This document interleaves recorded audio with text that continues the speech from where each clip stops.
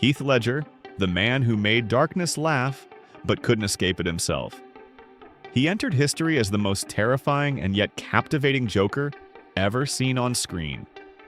His performance gave audiences chills, and his eyes seemed to peer into your soul. Heath Ledger was an actor of extraordinary talent, and his sudden departure struck a painful chord with millions. But what was behind the Joker's mask? And why did he pay such a steep price for a role so brilliant? Heathcliff Andrew Ledger was born on April 4, 1979, in Perth, Western Australia. His parents, Sally Ledger, a French teacher, and Kim Ledger, an engineer and amateur race car driver, divorced when Heath was just 10 years old. The separation deeply affected the boy. He became more withdrawn and began to seek an outlet in creativity. He showed an early interest in the arts, performing in school plays, taking dance classes, and developing a particular passion for jazz and hip-hop. He was named Heath after Heathcliff, the tragic and intense protagonist of Emily Bronte's novel Wuthering Heights. A fitting namesake, as Ledger himself would come to embody complexity, intensity, and depth. Even as a teenager, Heath stood out as someone who wasn't willing to follow the crowd. He had a rebellious spirit and a strong sense of independence. His favorite pastime was playing chess, and at just 10 years old, he became the junior chess champion of Western Australia. For a while, he even considered becoming a professional chess player.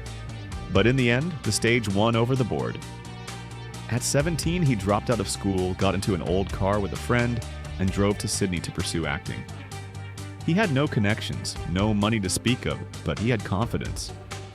He knew exactly what he wanted. He began his career with small roles in Australian television series such as Shipped Ashore, Home and Away, and others. But even in these brief appearances, he stood out. With his energy, sincerity, and inner intensity, he didn't need long monologues to make an impact. One look was often enough. In 1997, he starred in the Australian film Black Rock, which marked a turning point in his film career. That performance led to an invitation to Hollywood, where he soon landed his first major role in the romantic comedy 10 Things I Hate About You. His character, Patrick Verona, a rebellious outsider with a warm heart, won over audiences instantly. From that moment on, Heath became a star of a new generation. Despite his rising popularity, Heath had no interest in playing just the pretty boy roles. He sought serious characters, real challenges. In 2000, he starred alongside Mel Gibson in the historical drama The Patriot, followed by A Knight's Tale, 2001, where he performed most of his own stunts. He pushed himself to the limit, always demanding more from himself than the script required. In 2005, the world saw him in the groundbreaking drama Brokeback Mountain. His role as Ennis Del Mar, a withdrawn cowboy torn by pain and forbidden love, was a career-defining triumph. Critics praised his performance as a masterclass in restraint and emotional depth. He won a Golden Globe and received an Academy Award nomination for the role. Offset, Heath preferred to stay away from the chaos of Hollywood.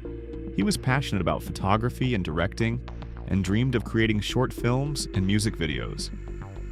That same year, in 2005, his daughter Matilda was born from his relationship with actress Michelle Williams. He adored her and once said he wanted to be a father who's there, not just listed in the credits, but fame and inner tension began to take their toll. In interviews, Heath admitted to suffering from chronic insomnia. He couldn't relax, couldn't shut his mind off. Often he would wake up at 3 a.m., surrounded by books and scripts, simply staring at the ceiling. He began taking sleeping pills and antidepressants to cope. According to those close to him, Ledger was both deeply thoughtful and emotionally sensitive. He disliked giving interviews, avoided red carpet events, and felt uncomfortable under the spotlight. "I want to be known for my roles, not for the tabloids," he once said. In 2007, Heath was offered the role of the Joker in Christopher Nolan's film The Dark Knight. At first, fans were outraged. How could a romantic heartthrob play such a sinister, chaotic villain? But Nolan knew Ledger was capable of much more. Heath immersed himself completely in the role. He locked himself away in a hotel room for a month, keeping a Joker diary and experimenting with voices, facial expressions, and physical movements. He worked with clowns, studied psychopathology, and watched videos of mentally unstable individuals. His diary included chilling entries like "murder is art," along with newspaper clippings and disturbing childlike drawings depicting violence.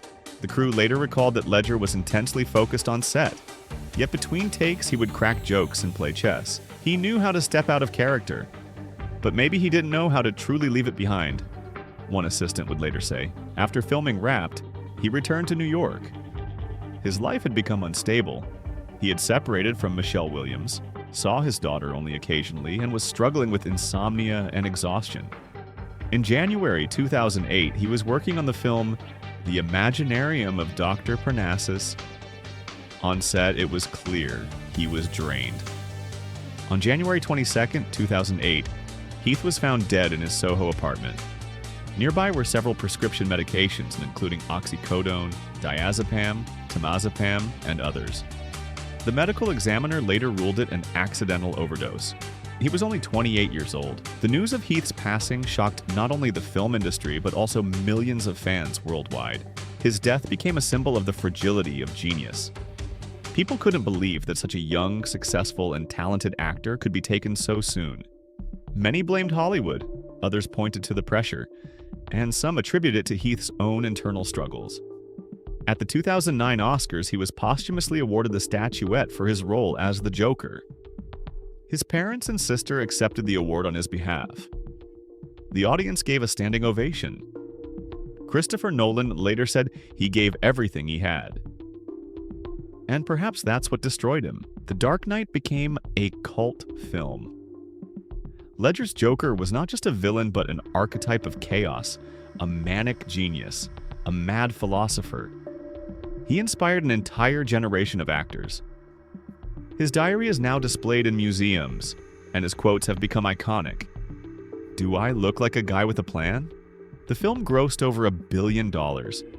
But more importantly, it became a manifesto of an actor's devotion and tragic self-sacrifice. Heath's daughter, Matilda, was left without a father, but over time, she gained the rights to his legacy. Michelle Williams has worked to keep her away from the public eye.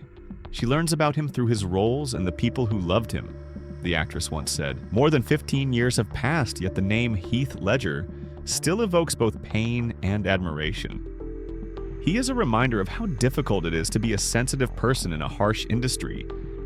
His life, short but brilliant, became a legend.